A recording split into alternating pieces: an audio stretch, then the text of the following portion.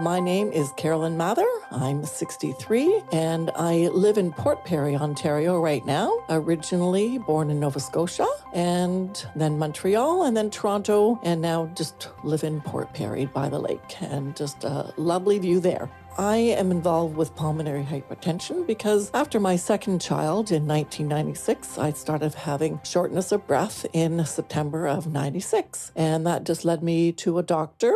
One thing led to another. Originally diagnosed with pulmonary embolism, and then just kept on feeling more short of breath, and being an advocate for yourself, for your own health, kept on complaining about my shortness of breath, getting worse every day. And then that led me to a lung specialist. That led me to a blood specialist, and then still complaining again, led me to the pulmonologist in Sunnybrook Hospital, and that's when I was diagnosed in April of 97 through the heart cath.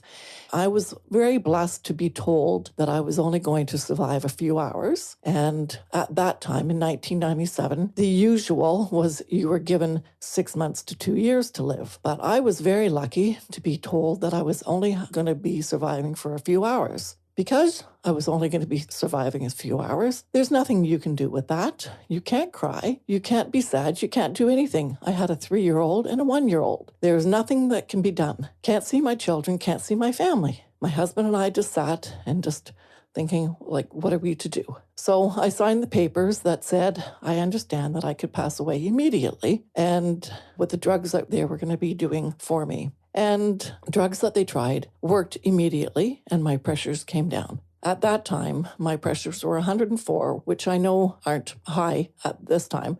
1997, I was the worst case that they've ever seen. Now, 29 years later, I'm one of the best cases that you can see. So I travel the world. I was told I could never travel, never exercise, etc., etc. After I was given the diagnosis of only living like basically till the next morning, and I did survive, I was now given a week to live. And elated with that information of being told I was going to live for a week, how exciting and glorious is that? But now I can see my family and my friends to say goodbye. So I'm in ICU for a week. And then after that week, they told me to go home and basically, die at home. And now they gave me a month to live. A month to live. My gosh, how amazing is that? I've got a month to live. So go home, and I've got a month to be with my 2 children and my husband. How glorious. And then after I lived a month, they gave me 6 months to live. 6 months!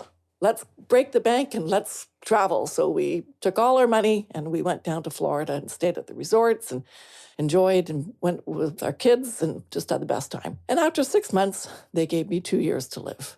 2 years! Now what part of the world can we see? So let's keep on going. Let's keep on traveling. So they gave me 2 years to live. After 2 years, they gave me 5 years to live. 5 years! Wow! So 5 years to live. So much more of the world to see. So that's what we kept on doing, to see in the world. And then after 5 years, they gave up. And they said, we're not telling you anymore. 29 years now, 79 countries, and keep on going. So I'm never going to stop. I'm happy with what I can do. I'm not sad about what I can't do. Doesn't bother me at all. I still zip line. I still climb the mountains, just out of breath. Getting my socks on, I'm out of breath. Taking a shower, washing my hair, and I'm out of breath. Doesn't bother me at all. I'm just so thankful of the wonderful life that I have been given. My wonderful husband, my 2 amazing children, my bestest of friends, Allison, Rose, all my girlfriends, Corey, Eileen, my amazing support team, my amazing family. In 1997, there was nowhere to go in Canada for a support group. I went to the Lung Association, and they had never heard of pulmonary hypertension, so they sent me to the Heart Association. Went to the Heart Association, and they said, sorry, we've never heard of pulmonary hypertension. You can try the Lung Association. So I started the first Canadian support group in Toronto at Toronto General with Dr. Granton and Mary McCarthy. And at that time, we had to have a social worker with us. My sister Kelly made our pamphlets for us with my picture on the front, and Grace Wickenhausen, that passed away a few years ago, and Carmen, that passed away maybe 20 some odd years ago, and another lovely lady whose name I'm sorry I cannot remember. Her photo was also in this pamphlet, and it told all the information of how to get a hold of us and what we were about. And unfortunately, all those people have passed away, and the group did fold many, many years ago because just nobody was coming out. All the pamphlets that we made, we would hide in the magazines in the waiting room, because at that time it was all privacy. We didn't have the internet, like we didn't have Facebook and everything else. So we all had to hide my pamphlet and my phone number and my name in to let patients know that they can get a hold of me at any time. But I got caught and I was told that I could not do this, and it was all privacy. I was a naughty girl, and I still kept on doing it, telling people that they can get a hold of me, but nope, we could not do that. So unfortunately, that all had to stop as well. And then I just basically kind of gave up on that part of the section. I did do an awful lot of fundraising for PH, and I did quiz nights once a month. I did spaghetti nights and a whole lot of stuff. And way back in 1997, a few years ago, I was on oxygen and wasn't doing as well. And I did think maybe my time was coming to an end. But my daughter lives in England, and I didn't tell my daughter. My daughter and I are best of friends. We are so, so close. So yes, if I was to tell anybody, it would be her. And I didn't tell her. I told Allison, because Allison saw. I told Allison's daughter, because she saw. And Allison's daughter, who's approximately the same age as mine, said, Carolyn, if you were my mom, I'd want to know. And yes, you should tell, Jacqueline. And I'm just thinking I just don't want my daughter to be worried. She's so far away and what have you. So she can't do anything. So those are the kind of things that I think I will always be not telling people, because I don't want people to worry. There's nothing anybody can do. I know for myself, I doubt very much I'll be changing.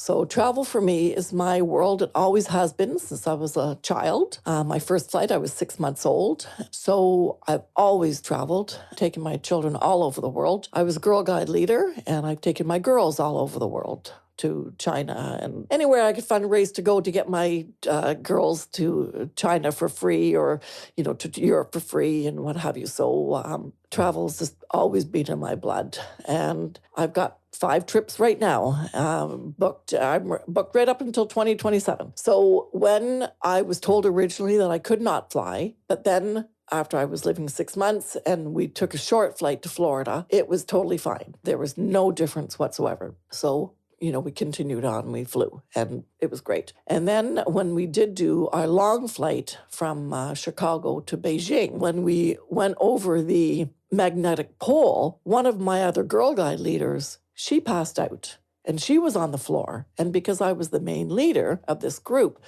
the stewards came to me and said, we've got one of your leaders that, she's passed out on the floor. And I'm thinking, oh my gosh, that's crazy. I'm the one that's not supposed to fly. And then she, she's totally healthy and she's the one that's passed out. Anyway, we get over to Beijing, and now we're leaving from Hong Kong back to Chicago. And yet again, she passes out again over Mongolia. But no, I have had no issues, and I fly several times a year, and I've had no issues whatsoever, even with the long haul flights. I know live for today is one of those expressions, but truly, that's what I do today. I'm living for today, and I'm getting this foot forward today, and my next foot will follow. If my right foot's going to go, my left foot's going to come after it. So you just keep on going, and mindset as well. Just always have happy thoughts. Right when your mind starts, just think bad thoughts, just twist it around. And if you put a smile on your face, even when you don't feel like smiling, your feelings will catch up with you. If you send yourself that way to your happy thoughts,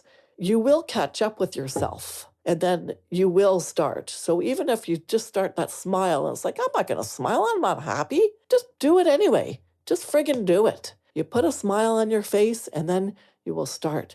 And one day, if you have had a bad day and you do want to cry, for myself, I know people say, no, cry and let it out. I am kind of the opposite in that way. I'm thinking, I'm not going to cry. There are so much other people in this world that have something to cry about. I've got nothing to cry about. I've got all these wonderful things in my life. What do I have to cry about? Absolutely nothing.